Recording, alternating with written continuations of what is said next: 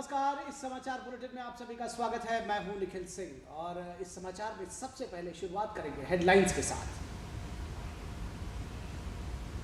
प्रधानमंत्री नरेंद्र मोदी और राष्ट्रपति डोनाल्ड ट्रंप की द्विपक्षीय वार्ता से पहले अमेरिकी सुरक्षा सलाहकार ने पीएम मोदी से की मुलाकात।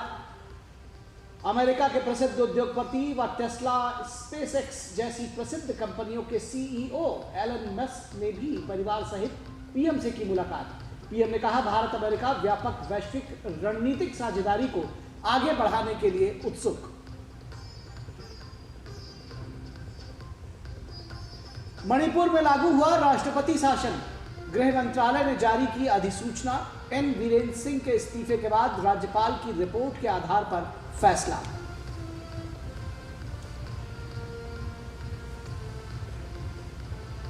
संसद में पेश हुई वक्फ पर जेपीसी की रिपोर्ट। विपक्ष का हंगामा।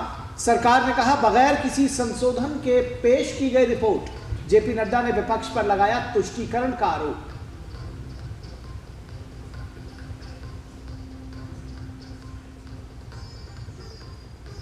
चौसठ साल बाद आयकर कानून में बदलाव के लिए वित्त मंत्री ने लोकसभा में पेश किया नया आयकर विधेयक। सदन की प्रवर समिति को भेजने का किया गया अनुरोध। आयकर नियमों को बनाया जाएगा सरल।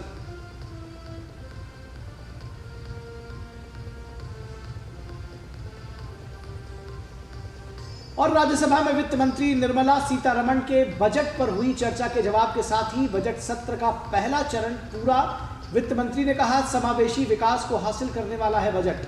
10 मार्च से शुरू होगा बजट सत्र का दूसरा चरण।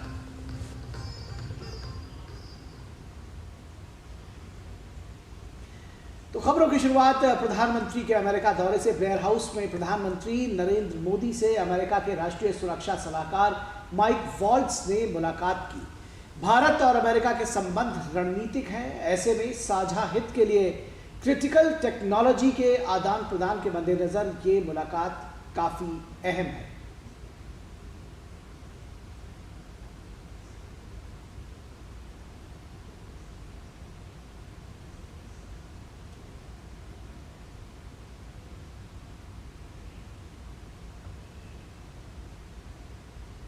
प्रधानमंत्री नरेंद्र मोदी से अमेरिका के प्रसिद्ध उद्योगपति और टेस्ला, स्पेसएक्स जैसी प्रसिद्ध कंपनियों के सीईओ एलन मस्क ने मुलाकात की। तो परिवार के साथ ब्लेयर हाउस पहुंचे एलन मस्क और उन्होंने प्रधानमंत्री नरेंद्र मोदी से मुलाकात की। बेहद महत्वपूर्ण ये मुलाकात भी मानी जा रही है।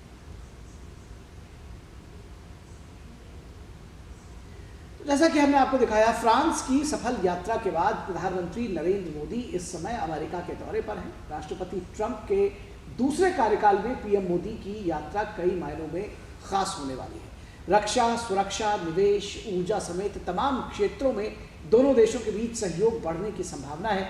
तो आपसी व्यापार को आगे बढ़ाने के लिए आ रही दिक्कतों को भी दूर करने के लिए दोनों नेताओं की वार्ता पर सभी की निगाहें लगी हुई हैं।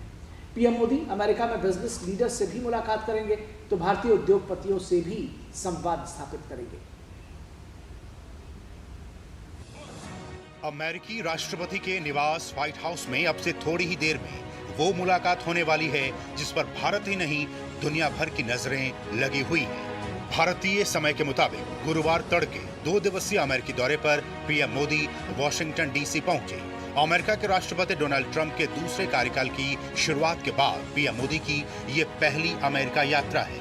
पीएम मोदी उन चंद विश्व नेताओं में शामिल हैं जो ट्रंप के 20 जनवरी को शपथ ग्रहण करने के बाद अमेरिका की यात्रा कर रहे हैं। पीएम मोदी पिछले महीने ट्रंप के राष्ट्रपति पद की शपथ लेने के बाद उनसे मुलाकात करने वाले चौथे विदेशी नेता हैं। पीएम मोदी वाशिंगटन में अमेरिकी राष्ट्रपति के अतिथि गृह ब्लेयर हाउस में ठहरे हैं। वाशिंगटन डीसी पहुंचने पर पीएम मोदी ने सोशल मीडिया मंच एक्स पर लिखा कि राष्ट्रपति डोनाल्ड ट्रंप से मिलने और भारत अमेरिका व्यापक वैश्विक रणनीतिक साझेदारी को आगे बढ़ाने के लिए उत्सुक हूं। दोनों देश अपने लोगों के लाभ और बेहतर भविष्य के लिए मिलकर काम करते रहेंगे। पीएम मोदी राष्ट्रपति ट्रंप के साथ व्यक्तिगत और प्रतिनिधिमंडल स्तर पर द्विपक्षीय बैठक करेंगे। पीएम मोदी और ट्रंप की बैठक में क्षेत्रीय और अंतर्राष्ट्रीय स्थिति पर चर्चा के अलावा कई द्विपक्षीय मुद्दों पर भी वार्ता होने की उम्मीद है। व्यापार, निवेश, प्रौद्योगिकी, रक्षा सहयोग, आतंकवाद विरोध, हिंद प्रशांत सुरक्षा और लोगों के बीच संबंधों सहित कई क्षेत्रों में दोनों देशों के हितों में स्पष्ट समानता है। ऐसे में ये मुद्दे भी वार्ता में आ सकते हैं। The Prime Minister has been invited to visit the US within barely 3 weeks of the new administration taking office, shows the importance of the India-US partnership and is also reflective of the bipartisan support that this partnership enjoys in the United States. Blair house पहुंचने पर भारतीय अमेरिकी समुदाय के सदस्यों ने मोदी का जोरदार स्वागत किया। कड़ाके की ठंड और बारिश के बावजूद समुदाय के सदस्य ब्लेयर हाउस में एकत्र हुए। उन्होंने भारतीय और अमेरिकी झंडे लहराए और भारत माता की जय, वंदे मातरम और मोदी मोदी के नारे लगाकर प्रधानमंत्री का अमेरिका में जोरदार स्वागत किया। यहाँ पर मोदी जी का आने का हमारे लिए it's a big message for the whole Indian diaspora. Modi ji बहुत अच्छे हैं, उन्होंने देश का नाम पूरी दुनिया में पहुंचा दिया है। पीएम मोदी अमेरिका में व्यापारिक नेताओं और भारतीय समुदाय के सदस्यों से भी बातचीत करेंगे। पीएम के अमेरिका दौरे को लेकर भारतीय छात्र काफी उत्साहित हैं। ये छात्र दोनों देशों के बीच लोगों के आपसी संपर्क का अहम जरिया है। So Prime Minister Modi ji, welcome to Washington DC. It has also snowed yesterday, so it's like winter wonderland here for you. काफ़ी उम्मीदें हैं कि उनका जो डायलॉग है उससे चीज़ें थोड़ी और आगे बढ़ेगी, थोड़ी स्मूथ हो जाएंगी। पीएम मोदी और ट्रंप ने 27 जनवरी को फोन पर बातचीत के दौरान ऊर्जा और रक्षा के क्षेत्रों में भारत अमेरिका सहयोग को बढ़ावा देने पर ध्यान केंद्रित करते हुए एक विश्वसनीय साझेदारी की दिशा में काम करने का संकल्प जताया था। ऐसे में भारत और अमेरिका दोनों के लिहाज से ये यात्रा काफी अहम होने वाली है। वॉशिंगटन डीसी से अमृतपाल सिंह और शुभेंदु घोष के साथ ब्यूरो रिपोर्ट, डीडी न्यूज। और खबर मणिपुर से, जहां मणिपुर राज्य में गुरुवार को राष्ट्रपति शासन लागू कर दिया गया। बीते रविवार को बीरेंद्र सिंह ने राज्यपाल अजय कुमार भल्ला से मुलाकात कर मुख्यमंत्री के पद से इस्तीफा दे दिया था। मणिपुर के राज्यपाल ने राष्ट्रपति द्रौपदी मुर्मू को राज्य से संबंधित एक रिपोर्ट भेजी। प्राप्त रिपोर्ट और अन्य सूचनाओं पर विचार करने के बाद राष्ट्रपति ने राज्य में राष्ट्रपति शासन लगाने का फैसला किया और अब संविधान के अनुच्छेद 356 द्वारा प्रदत्त शक्तियों के तहत मणिपुर राज्य में राष्ट्रपति शासन लागू कर दिया गया है।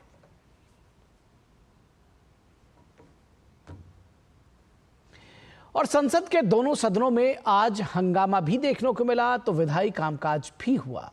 वित्त मंत्री निर्मला सीतारमण ने नया आयकर कानून लोकसभा में पेश किया तो जिसे लोकसभा की सेलेक्ट कमेटी में भेज दिया गया। करीब 6 दशक बाद आयकर कानून में बड़े बदलाव होने वाले हैं, जिसका दशकों से इंतजार किया जा रहा था। आज बजट सत्र के पहले चरण का आखिरी दिन था, जिसमें लोकसभा की उत्पादकता 112% रही, तो उधर राज्यसभा में भी आज हंगामे के बीच प्रश्नकाल हुआ। गुरुवार को लोकसभा में नए आयकर कानूनों से जुड़ा बिल पेश कर दिया गया। नया आयकर बिल 2025 पेश करने पर कांग्रेस और टीएमसी ने आपत्ति जताई। वित्त मंत्री निर्मला सीतारमण ने विपक्ष की आपत्तियों का उत्तर देते हुए लोकसभा अध्यक्ष से इस बिल को संसद की सेलेक्ट कमेटी भेजने का प्रस्ताव भी रखा। As the time went by, year after year, many more sections were added, and as it stands today, there are 819 sections. From that 819, we are bringing down to 536. So he should look at what it is today rather than what is in 1961. आयकर कानूनों को सरल बनाने के लिए नया bill लाने का ऐलान वित्त मंत्री निर्मला सीतारमण ने 1 फरवरी 2025 के अपने बजट भाषण में किया था। नए आयकर बिल में 536 धाराएं और 23 अध्याय हैं। ये बिल पुराने इनकम टैक्स बिल 1961 की जगह लेगा। इस विधेयक के पारित होने के बाद नया आयकर कानून अधिक व्यवस्थित और वर्तमान कानून की तुलना में सरल होगा। पहले का आयकर कानून समय के साथ और विभिन्न संशोधनों के बाद काफी जटिल हो गया है, इसलिए इसकी जगह नया आयकर विधेयक लाया गया है। नए आयकर कानून से कानूनी विवादों और मुकदमों में कमी आएगी। नए आयकर कानून को सरल और डिजिटल बनाने पर जोर दिया गया है। वित्त मंत्री निर्मला सीतारमण ने कांग्रेस सांसद मनीष तिवारी की आपत्तियों पर भी अपनी बात रखी। 4,000 amendments have been made from 1961, and all those are being looked at now, being reduced now.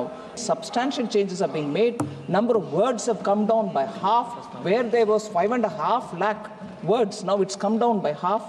Sections have come down. Chapters have come down. It's in plain, simple English. संसद की बाकी कार्यवाही की बात करें तो सुबह दोनों सदनों में विपक्ष ने हंगामा किया, जिसके चलते सदन की कार्यवाही बाधित हुई। हालांकि बाद में राज्यसभा में प्रश्नकाल के दौरान कई अहम सवालों के उत्तर दिए गए। पेंशन स्कीम और अलग अलग टाइप की स्कीम जो लोगों को सोशल सिक्योरिटी देती है, ये गवर्नमेंट ने पहली बार फूड सिक्योरिटी के द्वारा 80 करोड़ लोगों को मुफ्त अनाज दे के फूड सिक्योरिटी प्रदान की। आज देश में 60 करोड़ लोगों को 5 लाख की मुफ्त इलाज की गारंटी दी गई है। कुल मिला के वो 65 करोड़ लोगों को एक टाइप की हेल्थ सिक्योरिटी भी हो जाएगी। 13 फरवरी को संसद के बजट सत्र का पहला चरण संपन्न हो चुका है। दूसरा चरण 10 मार्च से शुरू होगा। बजट सत्र के पहले चरण के दौरान राष्ट्रपति के अभिभाषण पर चर्चा पूरी की गई। पीएम मोदी ने दोनों सदनों में चर्चा का उत्तर दिया। वित्त मंत्री निर्मला सीतारमण ने 1 फरवरी को बजट पेश किया। दोनों सदनों में आम बजट पर चर्चा पूरी की गई, जिसका जवाब वित्त मंत्री ने दिया। पहले चरण के दौरान लोकसभा में करीब 112% कामकाज देखने को मिला। शैलेंद्र मिश्र, राजेश राज और ऋषि कुमार के साथ कुमार आलोक, डीडी न्यूज, दिल्ली। और वक्फ बिल पर बनी संयुक्त संसदीय समिति ने आज अपनी रिपोर्ट संसद के दोनों सदनों में पेश कर दी है।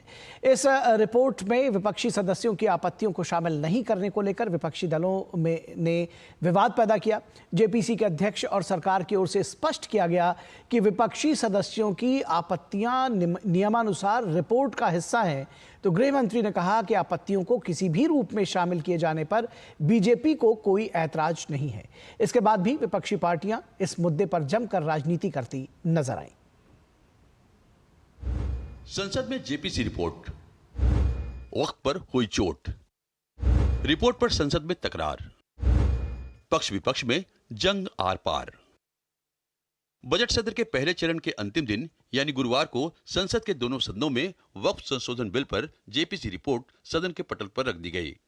सुबह पहले राज्यसभा में फिर लोकसभा में दोपहर को रिपोर्ट रखने के दौरान विपक्षी दलों ने हंगामा किया। विपक्ष ने सदन से वॉकआउट भी किया। राज्यसभा में महाराष्ट्र से भारतीय जनता पार्टी की राज्यसभा सांसद मेघा विश्राम कुलकर्णी ने वक्फ बोर्ड संशोधन विधेयक संबंधी संयुक्त समिति का प्रतिवेदन सदन में रखा। इसके तुरंत बाद विपक्ष के सांसदों ने हंगामा करना शुरू कर दिया। सत्ता पक्ष ने विपक्ष के आचरण पर सवाल उठाए और विपक्ष पर देशद्रोहियों का साथ देने की बात कही। अनेक सदस्यों ने अपना डिसेंट नोट दिया है। वो नोट देने के बावजूद भी प्रोसीडिंग से निकालना और उन मेजॉरिटी मेंबर्स के व्यूज सिर्फ उसमें रखकर बुलडोज करना, ये ठीक नहीं है। विपक्ष ने जिस तरीके की भूमिका अदा की है वो बहुत ही गैर जिम्मेदाराना है, इररिस्पॉन्सिबल है और इसकी जितनी भी निंदा की जाए वो कम है। विपक्षी दलों के सांसदों का आरोप था कि जेपीसी रिपोर्ट में डिसेंट नोट को शामिल नहीं किया गया है। हालांकि इस पर सत्ता पक्ष की तरफ से स्थिति स्पष्ट की गई। मैं मेरी पार्टी की ओर से आपको विनती करना चाहता हूं कि विपक्ष के जो डिस्प्यूट्स हैं एक सिर कर आप संसदीय कार्यप्रणालिका के उपयुक्त रूप में जो जोड़ना है वो जोड़े। नोट में कुछ पॉइंट्स जो चेयरमैन को लगता है कि ये कमेटी के ऊपर में सवाल उठाता है, तो उसको हटाने का अधिकार भी चेयरमैन के पास है। बाद में जेपीसी के अध्यक्ष जगदम्बिका पाल ने कहा कि डिसेंट नोट के जिस भी भाग को हटाने पर विपक्ष आपत्ति जता रहा है, उसे स्पीकर ने रिपोर्ट में शामिल करने को लेकर सहमति दे दी है। लिहाजा इस पर विवाद नहीं होना चाहिए। 421 पेज पे उनका 281 पेज का नोट ऑफ डिसेंट पहले से है। जिन चीजों को नियमानुसार है उसको हम जोड़ देंगे। दरअसल रिपोर्ट से उन वाक्यों को जेपीसी चेयरमैन ने हटाया था जिसमें जेपीसी के औचित्य पर ही सवाल उठाया गया था। ऐसा नियमों के मुताबिक ही किया गया। 8 अगस्त को और अमेरिकी उद्यमी और राजनीतिज्ञ विवेक रामास्वामी से भी प्रधानमंत्री नरेंद्र मोदी की मुलाकात हुई है। भारतीय मूल के विवेक रामास्वामी के साथ पीएम मोदी द्विपक्षीय बैठक उन्होंने की। तो भारतीय उद्यमी विवेक रामास्वामी के साथ प्रधानमंत्री नरेंद्र मोदी की मुलाकात हुई है और विवेक रामास्वामी दरअसल भारतीय मूल के अमेरिकी उद्यमी हैं और राजनीतिज्ञ भी हैं। इससे पहले उन्होंने 2024 के अमेरिकी राष्ट्रपति चुनाव में रिपब्लिकन पार्टी से उम्मीदवारी की घोषणा की थी, लेकिन बाद में उन्होंने अपना समर्थन डोनाल्ड ट्रंप को दिया था और वे आयोवा कॉकस में चौथे नंबर पर रहे थे। तो ये भी बेहद महत्वपूर्ण मुलाकात मानी जा रही। विवेक रामास्वामी ने प्रधानमंत्री नरेंद्र मोदी से मुलाकात की। इससे पहले एलन मस्क ने अपने परिवार के साथ प्रधानमंत्री मोदी से मुलाकात की थी। तो उद्यमियों का भी जो खासा रसूख रखते हैं अमेरिका में, उनका प्रधानमंत्री, बल्कि ये कहा जाए कि पूरी दुनिया में खासा रसूख रखते हैं, उनका प्रधानमंत्री नरेंद्र मोदी के साथ मुलाकात की ये तस्वीरें हम आपसे साझा कर रहे हैं। विवेक रामास्वामी के साथ प्रधानमंत्री नरेंद्र मोदी की मुलाकात। तो प्रधानमंत्री नरेंद्र मोदी के दौरे में ये जो मुलाकातें हैं ये भी बेहद अहम हैं। एलन मस्क के साथ अभी थोड़ी देर पहले मुलाकात की तस्वीरें हमने आपको दिखाई थी, आपके साथ साझा की थी। और अब विवेक रामास्वामी जो कि भारतीय अमेरिकी उद्यमी हैं और राजनीतिज्ञ भी हैं, उन्होंने प्रधानमंत्री नरेंद्र मोदी के साथ मुलाकात की है। बेहद महत्वपूर्ण है ये। और विवेक रामास्वामी के रूट्स जो हैं वो भारत में केरल से हैं और उनके पिता जो कि पेशे से इंजीनियर रहे और उनकी माता मनोचिकित्सक रही हैं और केरल के बाद से इनके माता पिता अमेरिका चले गए और उसके बाद रामास्वामी एक बड़े उद्यमी के तौर पर उन्होंने पहचान बनाई अमेरिका में और दुनिया भर में।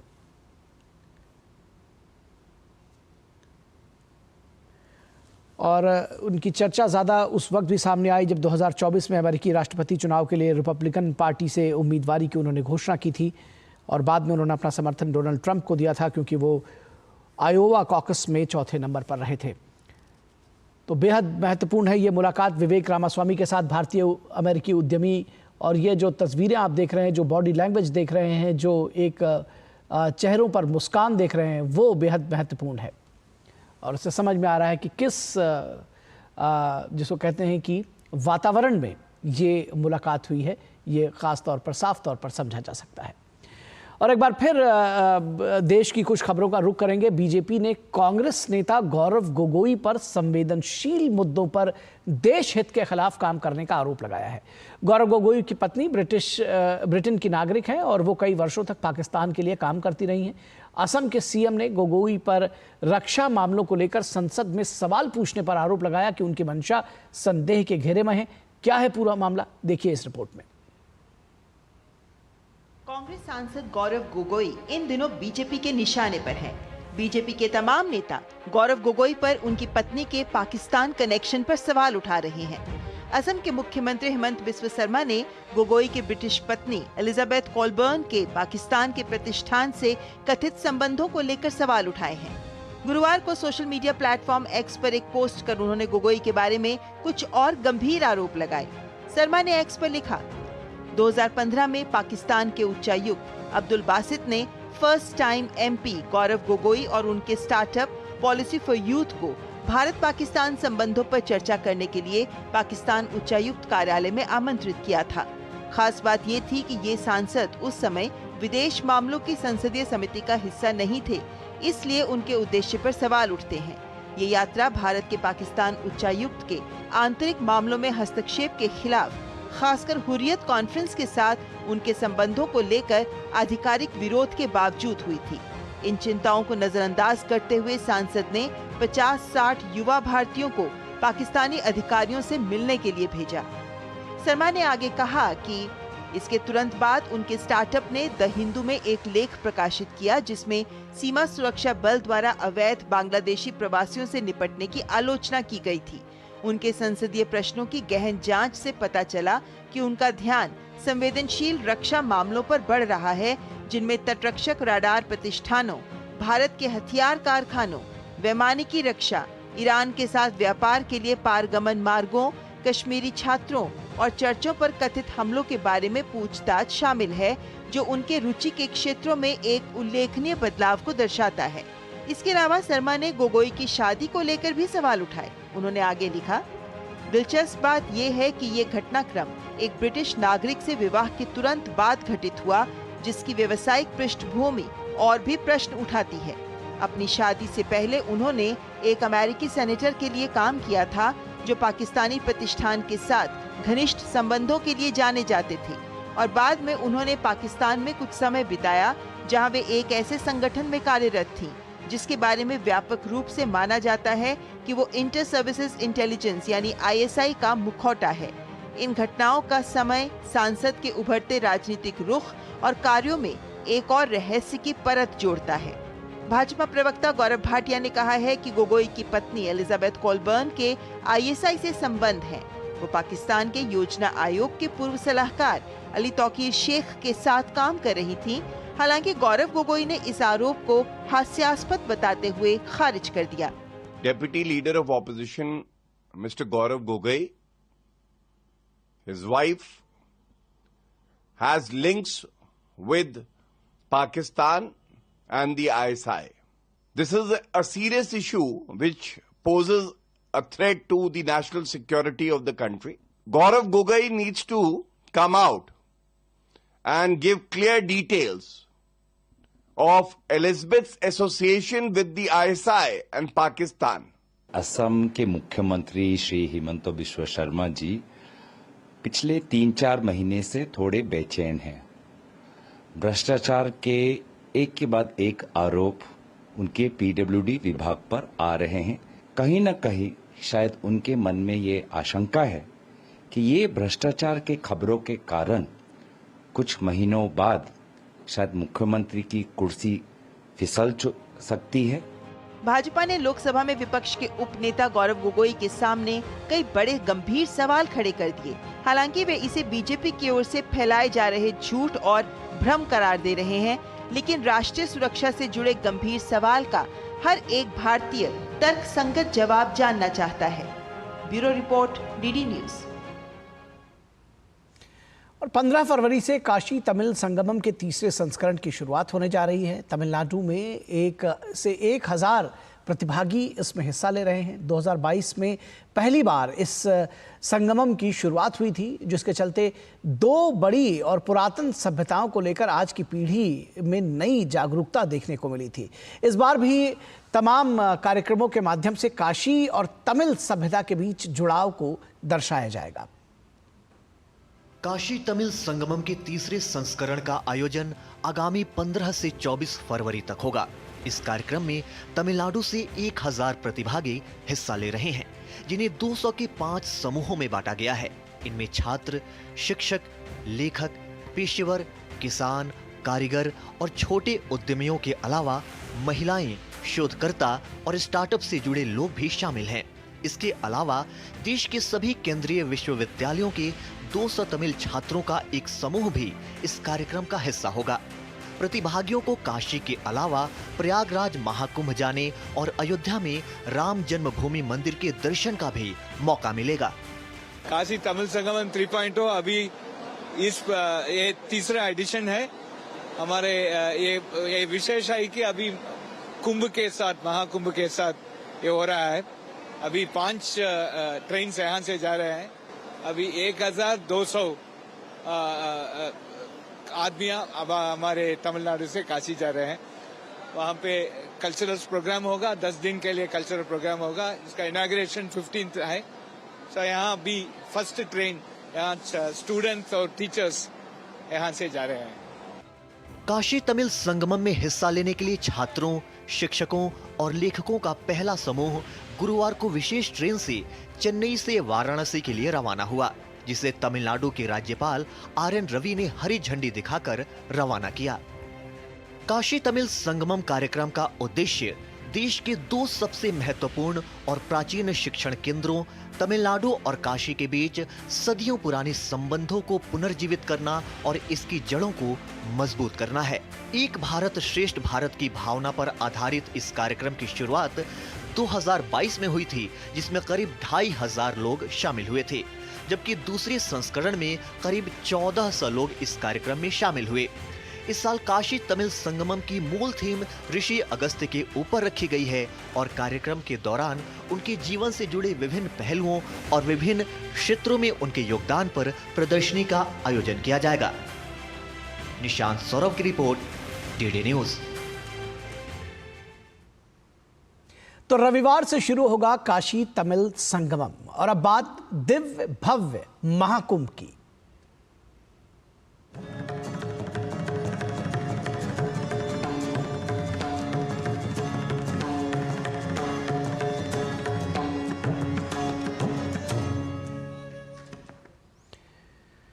महाकुंभ में देश और दुनिया भर के सनातनियों का आना लगातार जारी है। माघी पूर्णिमा को लेकर तीर्थराज प्रयाग में श्रद्धालुओं का हुजूम उमड़ पड़ा।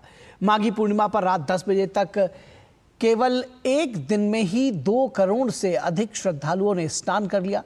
त्रिवेणी संगम में स्नान करने वाले श्रद्धालुओं की संख्या का जो अनुमान सरकार ने लगाया था, उससे कहीं अधिक श्रद्धालु स्नान कर चुके हैं।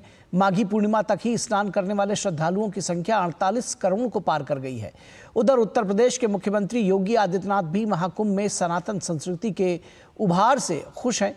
उन्होंने सोशल मीडिया प्लेटफॉर्म एक्स पर लिखा, सनातन संस्कृति के विराट उत्सव महाकुंभ 2025 प्रयागराज में माघ पूर्णिमा के पावन अवसर पर आज 2.04 करोड़ से अधिक श्रद्धालु मां गंगा, मां यमुना एवं मां सरस्वती के संगम में पवित्र स्नान कर पुण्य के भागी बने हैं।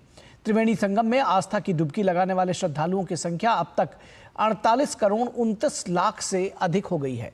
पावन त्रिवेणी की दिव्य धाराओं में आज पवित्र स्नान और का सौभाग्य प्राप्त करने वाले सभी पूज्य साधु संतों, 10 लाख से अधिक कल्पवासियों और 1 करोड़ 94 लाख से अधिक श्रद्धालुओं का अभिनंदन। हर हर गंगे।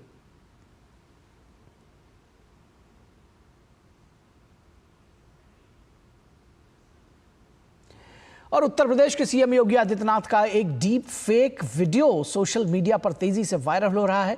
इस मामले में लखनऊ के हजरतगंज थाने में एफआईआर दर्ज की गई है। हजरतगंज के नरही इलाके में रहने वाले भाजपा नेता राजकुमार तिवारी ने एफआईआर दर्ज कराई है। प्यारा इस्लाम नामक फेसबुक अकाउंट से सीएम योगी के डीप फेक वीडियो को शेयर किया गया है। भारतीय न्याय संहिता की धारा 352, 353, 196, 1, 299 और आईटी एक्ट 66 के तहत केस दर्ज किया गया है। पुलिस आरोपी की तलाश में जुट गई है।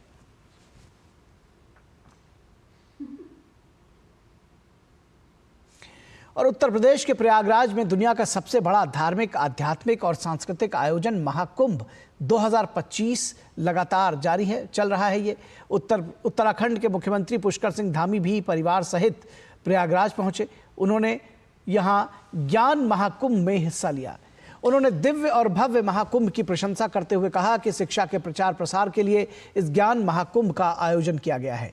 निश्चित रूप से ये ज्ञान महाकुंभ हमारी आने वाली पीढ़ी को एक नई दिशा देने का काम करेगा। प्रसार के लिए इस ज्ञान महाकुंभ का आयोजन किया गया है।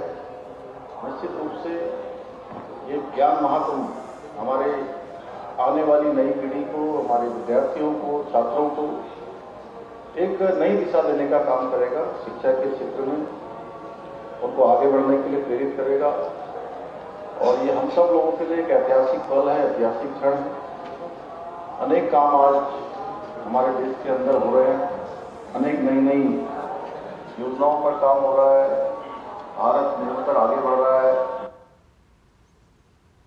और भाजपा शासित राज्यों के मुख्यमंत्रियों का अपनी अपनी कैबिनेट के साथ त्रिवेणी में पवित्र स्नान करने का सिलसिला जारी है। उत्तर प्रदेश और राजस्थान की कैबिनेट के बाद अब छत्तीसगढ़ के राज्यपाल रमन डेका, मुख्यमंत्री विष्णुदेव साय और विधानसभा अध्यक्ष रमन सिंह के नेतृत्व में 166 सदस्यीय दल ने त्रिवेणी संगम में पवित्र स्नान किया। मुख्यमंत्री विष्णुदेव साय ने महाकुंभ के दिव्य भव्य आयोजन के लिए मुख्यमंत्री योगी आदित्यनाथ का आभार जताया। हम लोग का सौभाग्य कि आज प्रयागराज की पावन भूमि में त्रिवेणी संगम में हम लोग डुबकी लगा के और स्नान करके आए हैं। प्रदेश के माननीय गवर्नर साहब श्री रमन डेका जी, मंत्रीगण, सांसदगण, विधायकगण और हमारे संगठन के पदाधिकारी करीब 166 लोग हम लोग आज त्रिवेणी संगम में स्नान करके डुबकी लगा के आए हैं और छत्तीसगढ़ की खुशहाली के लिए प्रार्थना करके आए हैं। और केंद्रीय मंत्री ज्योतिरादित्य सिंधिया ने महाकुंभ में पूजा अर्चना की और संगम में पवित्र स्नान किया। केंद्रीय मंत्री ने महाकुंभ 2025 के लिए मुख्यमंत्री योगी आदित्यनाथ का आभार व्यक्त किया।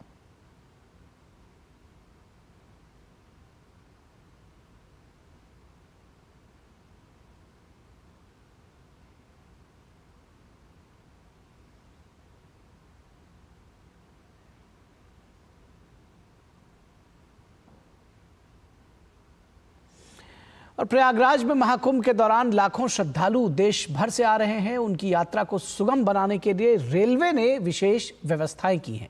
लेकिन इसी बीच कुछ असामान्य घटनाएं भी सामने आई। कहीं प्रयागराज आने वाली ट्रेन पर पथराव, तो कहीं ट्रेन के दरवाजे या खिड़कियां तोड़ने की कोशिश, उसकी घटना। भारतीय रेल ने इस पर संज्ञान लेते हुए इन शरारती तत्वों के खिलाफ कड़ी कार्रवाई की तैयारी कर ली है। महाकुंभ के दौरान रेलवे में असामान्य घटनाएं कैमरे में कैद हुई हैं। जैसे कहीं ट्रेनों पर पथराव तो कहीं यात्रियों के बीच मारपीट की घटनाएं सामने आई हैं। रेलवे सुरक्षा बल और रेलवे प्रशासन लगातार ऐसी घटनाओं पर पैनी नजर बनाए हुए है। सबसे पहले बात करते हैं ट्रेन की खिड़कियों पर पथराव की। एकमा, बिहार, दिन 12 फरवरी, ट्रेन लिच्छवी एक्सप्रेस। घटना एकमा स्टेशन पर पथराव। कार्रवाई आरपीएफ द्वारा अज्ञात लोगों के खिलाफ रेलवे अधिनियम की धारा 153 के तहत केस दर्ज। मधुबनी, बिहार, दिन 10 फरवरी, ट्रेन स्वतंत्रता सेनानी। घटना भीड़ ने 73 खिड़कियों के शीशे तोड़े। कार्रवाई दरभंगा आरपीएफ पोस्ट में एफआईआर दर्ज कर जांच जारी। दानापुर, बिहार, घटना सोशल मीडिया पर प्रसारित एक वायरल वीडियो जिसमें यात्रियों द्वारा ट्रेन की खिड़कियां तोड़ने की बात सामने आई। कार्रवाई आरपीएफ मामले की जांच कर रही है। वहीं प्रयागराज जाने वाली कुछ रेलगाड़ियों में यात्रियों के बीच मारपीट की घटनाओं को भी भारतीय रेलवे ने गंभीरता से लिया है, जिसमें कटिहार, बिहार, दिन 12 फरवरी, ट्रेन 12487। घटना भीड़ के कारण यात्रियों के बीच मारपीट। कार्रवाई वायरल वीडियो के आधार पर आरपीएफ द्वारा केस दर्ज। इसके अलावा एक और घटना सामने आई है जिसमें कई यात्री ट्रेन के इंजन में सवार होते हुए नजर आए। जानकारी के मुताबिक छपरा, बिहार, दिन 9 फरवरी, train Kumbh Mela special train. घटना ट्रेन का दरवाजा बंद होने के बाद यात्री इंजन पर चढ़ गए। कार्रवाई आरपीएफ ने कार्रवाई कर सभी यात्रियों को सुरक्षित उतारा और ऐसे लोगों को चिन्हित करने का काम ऑलरेडी चालू हो चुका है। सीसीटीवी कैमरे के जो फुटेज हैं उसको हम लोगों ने प्राप्त कर लिया है। रेल सुरक्षा बल के जो हमारे अधिकारी हैं और जो निरीक्षकों की टीम है वह इस काम के लिए लगा दी गई है और कोई भी जो अराजक व्यक्ति है वो बख्शा नहीं जाएगा। वहीं भारत की semi high speed train Vande Bharat पर भी महाकुंभ के दौरान पथराव की घटना नोटिस की गई। सूबेदारगंज, यूपी, दिन 13 जनवरी, ट्रेन वंदे भारत एक्सप्रेस। घटना C5 कोच की खिड़की पर पत्थर लगने से शीशा टूटा। कार्रवाई यात्री प्रणव की सूचना पर एफआईआर दर्ज कर जांच जारी है। वारदातों को देखते हुए रेलवे प्रशासन सीसीटीवी फुटेज के माध्यम से सभी घटनाओं की जांच कर रहा है। साथ ही यात्रियों से अपील भी की जा रही है कि यात्रा के दौरान संयम बनाए रखें और किसी भी असामान्य गतिविधि की सूचना तुरंत रेलवे सुरक्षा बल को दें या रेलवे हेल्पलाइन 139 पर दें। अभिषेक सिंह की रिपोर्ट, डीडी न्यूज।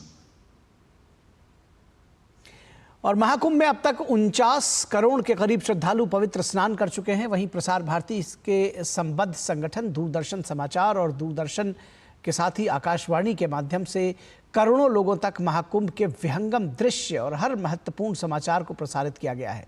प्रसारण की स्थिति के आकलन और समीक्षा के लिए प्रसार भारती के चेयरमैन नवनीत सहगल खुद महाकुंभ क्षेत्र पहुंचे और दूरदर्शन समाचार, दूरदर्शन और आकाशवाणी के प्रसारण केंद्रों का दौरा किया।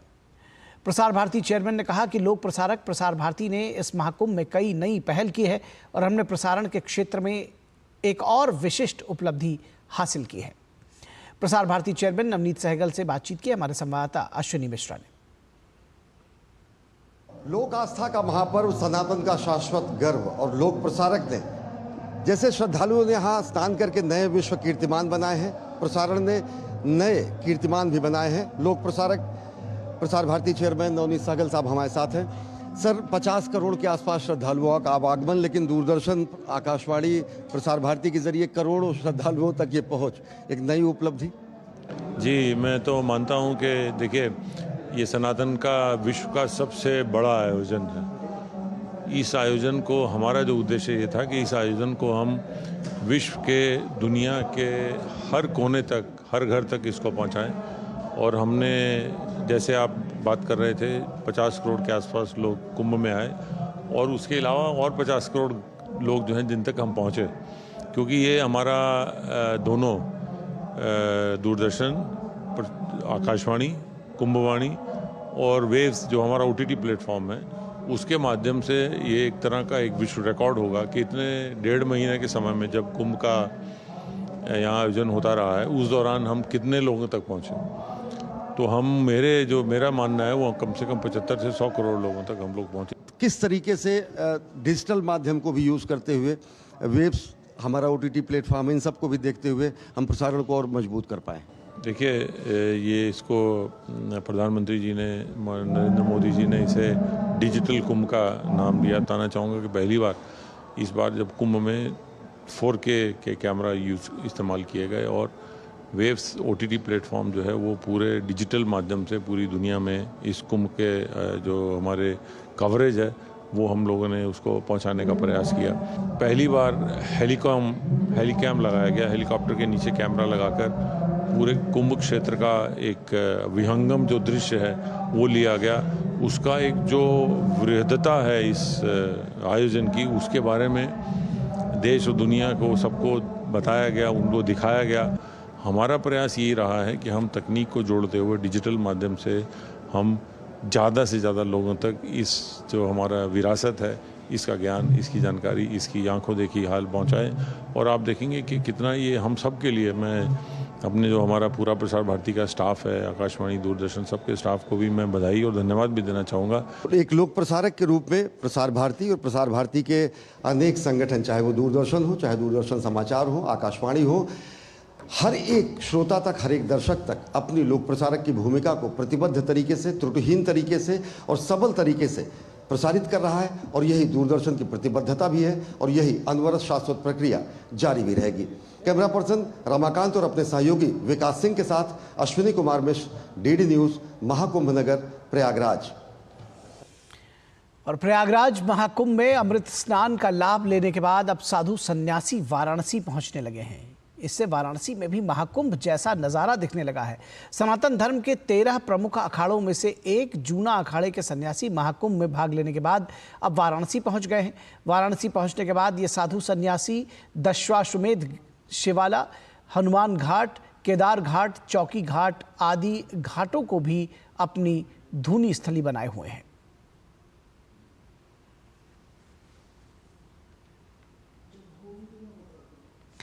और महाकुंभ में आध्यात्मिक धार्मिक समागम के साथ साथ विज्ञान और आधुनिकता का भी संगम हो रहा है। और इसका प्रमाण है सामान्य प्रचलन की घड़ी के रूप में ही वैदिक गणनाओं के सुसज्जित घड़ी, जिसका नाम है प्रमोद घाटी का प्रयागराज निवासी पवन श्रीवास्तव ने 2 वर्ष से अधिक की मेहनत और शोध के बाद इस प्रमोद घाटिका का निर्माण किया है, जिसमें प्रमोद का अर्थ प्रहर, मुहूर्त और दंड यानी घटी।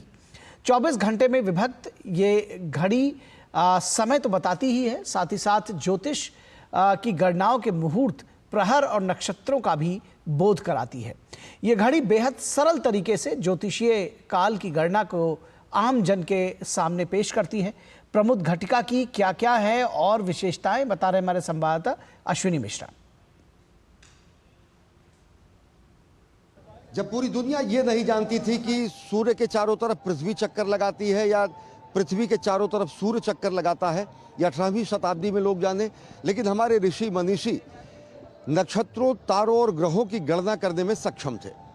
भारतीय काल गणना पूरी तरह वैज्ञानिक और पूरी तरह हमारे मनीषियों के सहस्राब्दियों के खोज पर, अनुसंधान पर निर्भर करती है। हम मौजूद हैं प्रमोद घटिका के इस स्टॉल पर। इसका निर्माण किया है पवन श्रीवास्तव जी ने, प्रयागराज के ही रहने वाले हैं। ये प्रमोद घटिका अगर आप देखें तो ये समूचे समय को 24 घंटों में दर्शाती है। यह घड़ी ब्रह्म मुहूर्त को प्रदर्शित करती है। ब्रह्म मुहूर्त के बाद अलग अलग जो मुहूर्त होते हैं, प्रहर, याम और साथ ही साथ निशीथ काल, त्रियामा काल, उषा काल, इन 24 घंटे की इस पूरी की पूरी प्रक्रिया को बताती है। हम खुद पवन जी से जानना चाहेंगे। पवन जी, ये जो आपने प्रमोद घटिका बनाई है, विशिष्टता क्या है इसकी? सर, इस घड़ी की विशेषता ये है कि ये तिथि जो हमारे धर्म में सूर्योदय से शुरू होती है, ये उससे घड़ी स्टार्ट होती है जिससे हमारी घटियाँ स्टार्ट होती हैं। एक दिन और रात के समय को अहोरात्र कहा जाता है। एक दिन और रात के समय अहोरात्र कहते हैं। एक अहोरात्र में 60 घटियाँ होती हैं और 2 घटी का एक मुहूर्त होता है। दिन भर में 30 मुहूर्त होते हैं, 15 दिन के, 15 रात के, और 8 प्रहर होते हैं। इस घड़ी को बनाने का मेरा उद्देश्य ये है कि लोग तिथि और तारीख के फ़र्क को जाने और अपने धर्म के बारे में, अपने धर्म की समय प्रणाली के बारे में जाने। इस घड़ी में मैंने ब्रह्म मुहूर्त को प्रदर्शित किया है। लोग सुनते हैं कि ब्रह्म मुहूर्त में उठना चाहिए, जबकि सही शब्द वाक्य होता है, सही शब्द होता है ब्राह्म मुहूर्त, जो कि सूर्योदय से 4 घड़ी पूर्व होता है।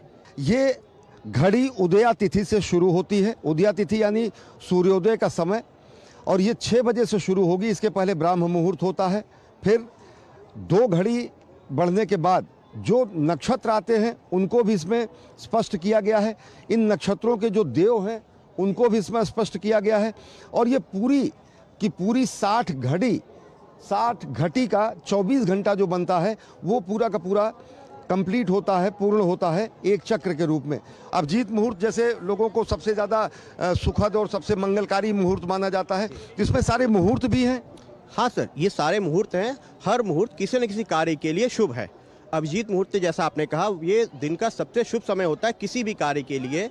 ऐसा हमारी किताबों में लिखा है कि सिर्फ दक्षिण दिशा की यात्रा छोड़ के किसी भी कार्य के लिए आपको कोई मुहूर्त ना मिले तो सबसे शुभ मुहूर्त है। न केवल हम अपने दैनंदिन कार्यों में इसका समावेश कर सकते हैं, बल्कि हम ये भी जान सकते हैं कि किस तरीके से कितनी वैज्ञानिक और कितनी त्रुटिहीन हमारी कालगणना रही है। कैमरा पर्सन रमाकांत के साथ अश्विनी कुमार मिश्र, डीडी न्यूज, महाकुंभ नगर, प्रयागराज। और केंद्रीय सूचना एवं प्रसारण मंत्री अश्विनी वैष्णव ने विश्व रेडियो दिवस पर सोशल मीडिया प्लेटफॉर्म एक्स पर प्रधानमंत्री नरेंद्र मोदी के मन की बात कार्यक्रम का एक वीडियो शेयर किया। मन की बात के वीडियो में प्रधानमंत्री नरेंद्र मोदी ने हिमाचल प्रदेश के अपने एक पल को याद किया, जिसमें पीएम लोगों के साथ रेडियो के गहरे संबंध के बारे में बता रहे हैं। केंद्रीय सूचना एवं प्रसारण मंत्री ने कहा कि आकाशवाणी 1936 से भारतीय प्रसारण का आधार रही है। ये 1998 की बात है। मैं भारतीय जनता पार्टी के संगठन के कार्यकर्ता के रूप में हिमाचल में काम करता था। हिमाचल की पहाड़ियों में शाम को ठंड तो हो ही जाती है, तो रास्ते में एक ढाबे पर चाय के लिए रुका। बहुत छोटा सा ढाबा था, तो उसने अपने पास एक शीशे का बर्तन था, उसमें से लड्डू निकाला। पहले बोले साहब चाय बाद में लड्डू खाइए। वो ऐसा उछल रहा था, ऐसा उमंग से भरा हुआ था, तो मैंने कहा क्या हुआ? अरे बोले आज भारत ने बम फोड़ दिया है। तो उसने कहा देखिए साहब रेडियो सुनिए। वो परमाणु परीक्षण का दिन था। हमारे प्रधानमंत्री अटल बिहारी वाजपेयी ने मीडिया के सामने आकर के घोषणा की थी, और इसने ये घोषणा रेडियो पर सुनी थी और वो नाच रहा था। और उस रेडियो की खबर का उसके मन पर इतना असर था, इतना प्रभाव था। और तब से मेरे मन में एक बात घर कर गई थी कि रेडियो जन जन से जुड़ा हुआ है और रेडियो की बहुत बड़ी ताकत है। और अयोध्या में श्री राम मंदिर के मुख्य पुजारी आचार्य सत्येंद्र दास को सरयू नदी में जल समाधि दी गई। अंतिम दर्शन के लिए भारी संख्या में लोग पहुंचे। आचार्य के अंतिम दर्शन के लिए सरयू घाट के किनारे हजारों लोग कई घंटों तक खड़े रहे। आचार्य सत्येंद्र दास के पार्थिव शरीर को पालकी से लता मंगेशकर चौक होते हुए सरयू घाट लाया गया। अंतिम यात्रा में अयोध्या वासियों के साथ साथ साधु संत और अयोध्या आने वाले राम भक्त भी अंतिम दर्शन के लिए उमड़ पड़े। आचार्य सत्येंद्र दास ने बुधवार सुबह लखनऊ के पीजीआई में अंतिम सांस ली। रामलला के टेंट वास से लेकर भव्य राम मंदिर निर्माण तक में सत्येंद्र दास का अहम योगदान था। पूरी अयोध्या ने आचार्य को नम आंखों से विदा किया। राम जन्मभूमि के मुख्य पुजारी आचार्य श्री सत्येंद्र दास जी महाराज जी का हम सभी के मध्य न होना, ये सनातन धर्मावलंबियों के लिए एक अपूर्णीय क्षति है। आध्यात्म जगत के लिए, साधु संतों के लिए, वैराग्य, त्याग, भक्ति की समर्पण की भावना के लिए एक युग का आज विराम हुआ कि हम सभी के अभिभावक, मार्गदर्शक, प्रेरणा स्रोत, पुण्य पुंज आचार्य श्री सत्येंद्र दास जी महाराज अब हम सभी के मध्य नहीं है, जिन्होंने टेंट से लेकर ठाट तक 1992 से लेकर आज तक प्रभु श्री राम लल्ला सरकार को उसी प्रकार से लाड दुलार किया जैसे मां कौशल्या करती थी। और स्थानीय विधायक वेद गुप्ता ने आचार्य सत्येंद्र दास को श्रद्धांजलि देते हुए कहा कि उनका प्रभु श्री राम के प्रति समर्पण शब्दों में बयान नहीं किया जा सकता। आचार्य और पूज्य महंत सत्येंद्र ब्रह्मलीन सत्येंद्र दास जी अब हम लोग के बीच नहीं रहे, सुना सुना नजर आएगा। मैं तो उनके साथ पिछले 40 वर्षों से, जब प्रभु राम टेंट में विराजमान थे उस समय लेकर आज जब दिव्य भव्य राम मंदिर में विराजमान है, उस लंबी यात्रा में उनका आशीर्वाद और उनका सानिध्य मुझे मिलता रहा है। उनका प्रभु राम के प्रति समर्पण शब्दों में वर्णन नहीं किया जा सकता। तो इस समाचार बुलेटिन में बस इतना ही। हमारी पूरी टीम को दीजिए इजाजत। नमस्कार।